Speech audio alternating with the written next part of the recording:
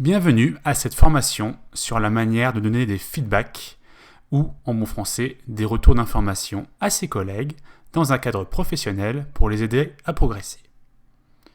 Différentes études ont mis en avant que les feedbacks augmentent les performances des entreprises et des équipes. C'est donc dans l'intérêt de chacun de savoir en donner. Cette formation a été créée notamment grâce au travail de l'équipe d'Ardavella en 2017. Prenons immédiatement un premier cas. Voici l'entreprise Pharmasco. Elle conçoit, fabrique et livre des médicaments. Ses équipes motivées développent régulièrement de nouveaux principes actifs et de nouveaux produits. Nous vous présentons Mathilda. Elle est en charge du développement de nouveaux médicaments et a récemment fait un point d'avancement. Nous vous invitons à en prendre connaissance.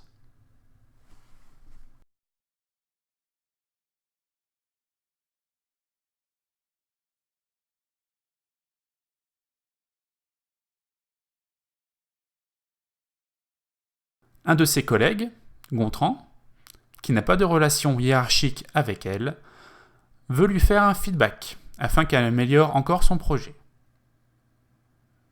Nous vous invitons à observer la scène et la manière dont Gontran réalise ce feedback, en considérant les points forts et les points d'amélioration potentiels.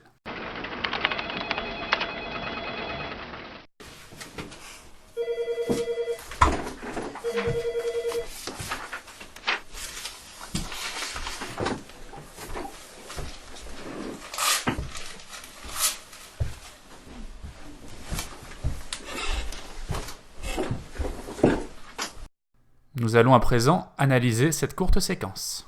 Commençons par les points forts. Tout d'abord, Gontran a fait la démarche de faire un feedback. Les feedbacks, lorsqu'ils sont bien faits, c'est-à-dire constructifs, permettent de faire progresser à la fois les projets et les compétences de Mathilda ou du collègue à qui vous faites les feedbacks. Ensuite, le ton était poli et la volonté bienveillante. C'est évident à dire, mais toujours indispensable. Poursuivons par les points que Gontran pourrait améliorer. Tout d'abord, en termes de lieu. Le feedback s'est déroulé dans l'open space, où la vie de bureau est intense et bruyante. Une salle indépendante est plus appropriée. Ensuite, par rapport au timing, 2 points. Premier point, Gontran fait ce feedback 3 jours plus tard.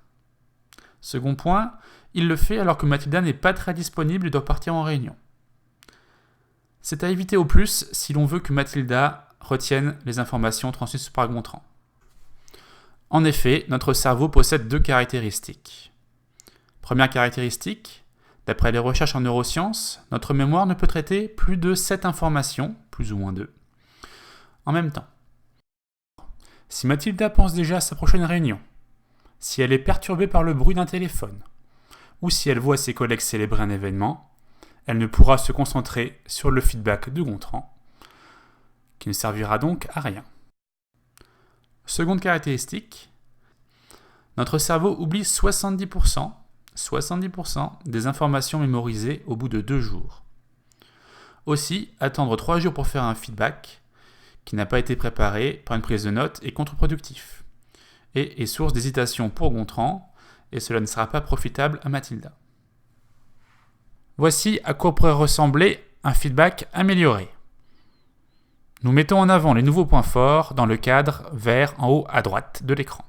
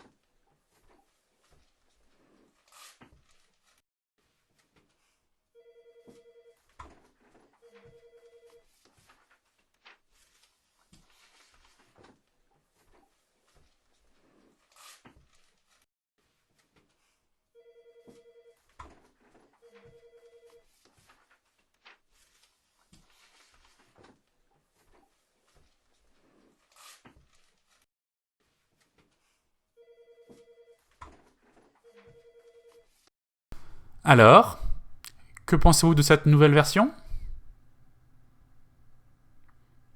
C'est sur ce point que nous clôturons la première partie. Merci de votre attention et à très bientôt pour la suite.